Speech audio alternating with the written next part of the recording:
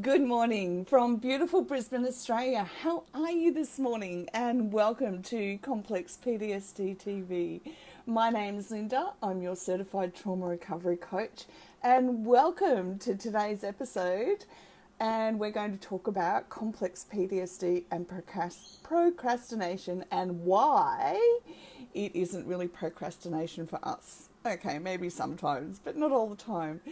There are several facets that we need to be able to look at in order that we understand what's happening internally for us. If you're here for the first time, welcome. It's great to have you here. And if you're here as part of our normal morning class, welcome. It's great to have you here again. Let me know where you are in the world. It's been amazing getting to know everyone from around the world as we do.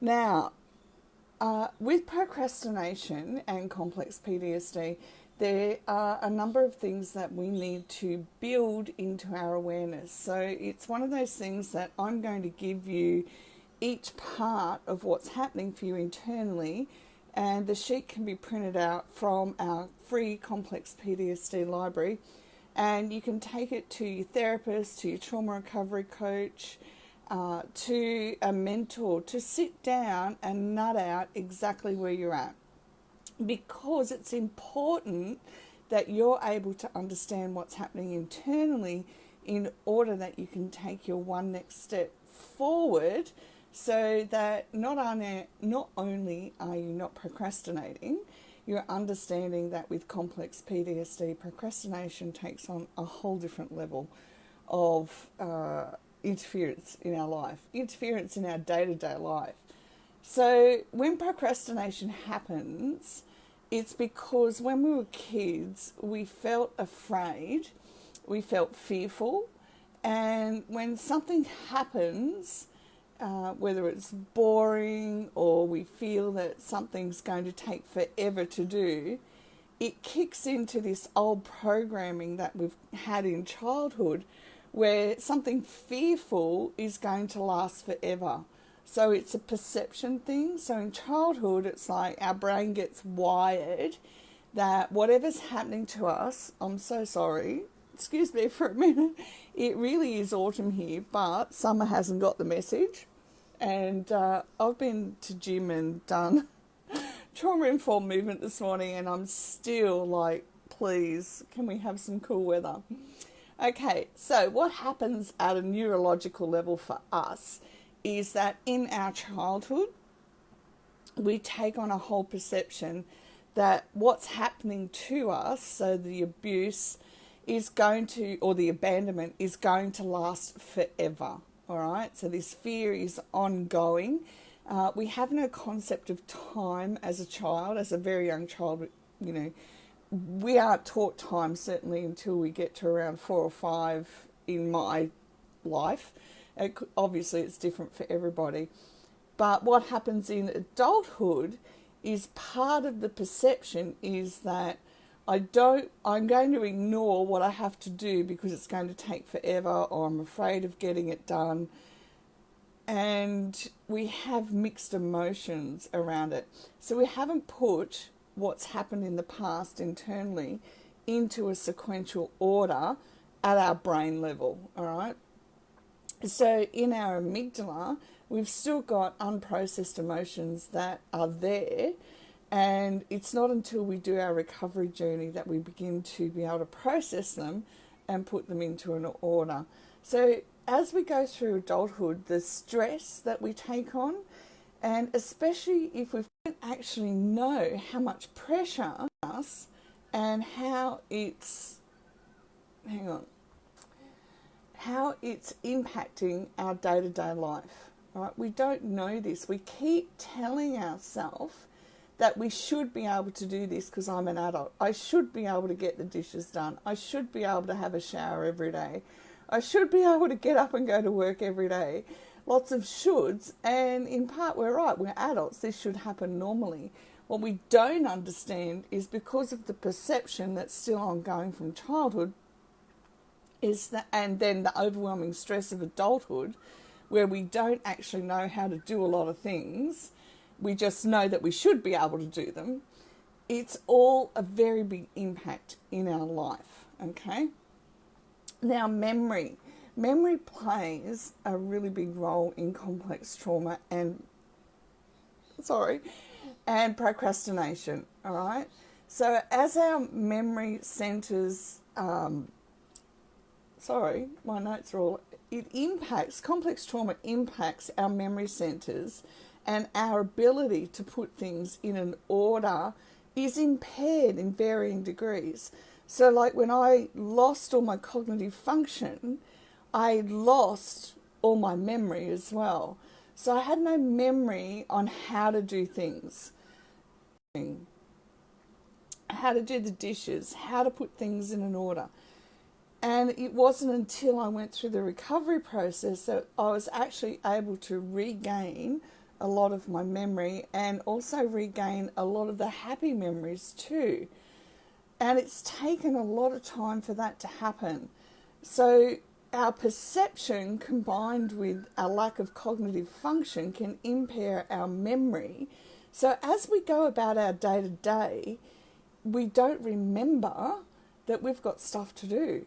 We can, I don't know about you, but I get sidetracked and just totally forget that, in the next 5 minutes I was going to make a phone call, or I was going to do dishes, or I was going to go out and get shopping. Whatever it is, we forget, okay? And even though it sounds simple, it's actually very complicated for us.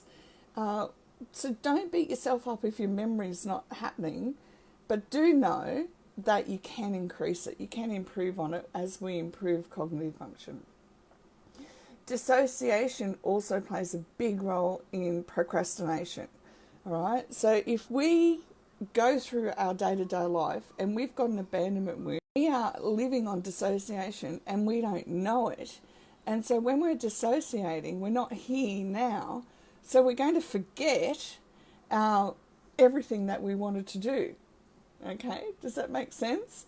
It's just, it's not something that we've had control over, but it's something that we can work towards regaining, building into our reality that we can change things up.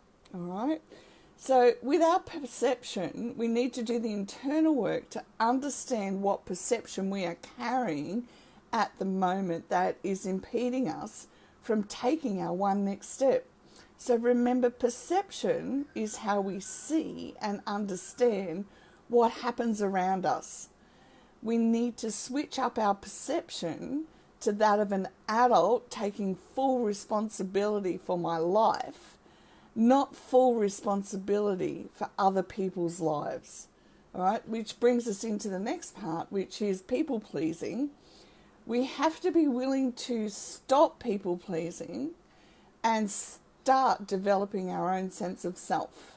Now, a sense of self is actually a part of our brain that does need to be developed in order that we move through life with our inner strength happening, which allows us to live life by our own values, our own morals. It gives us the ability to say no. It gives us the ability to say yes for what we want in our day-to-day life, not what we perceive that other people want us to be. And we stop having to wear a mask, and we start living by choice where we want to go as an adult. And it's a very big difference that impacts our life, impacts our day-to-day life. People say to me, "You're so strong." And I think, I'm not. I just know that if I make a certain choice, what happens in the next 5 steps after I make that choice. So I think about the decisions I'm going to make more than I just act on impulse. Okay? Now we need to begin working on order. We need to begin putting time into place. And we're going to talk about that tomorrow. How do we keep things on time when we've got all of this happening? So lack of memory, we've got dissociation, we've got perceptions that we need to change.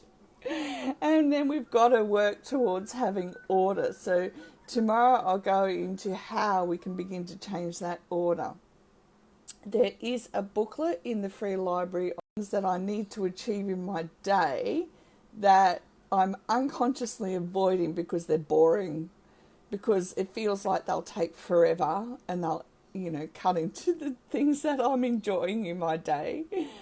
And what it's done for me is two things. One, I don't make lists anymore. Lists of these are the things I need to remember. And then I look at the list during the day and go, yep, I've looked at my list to remember. And as I do that, it builds into my day-to-day life a deepening awareness of what I need daily.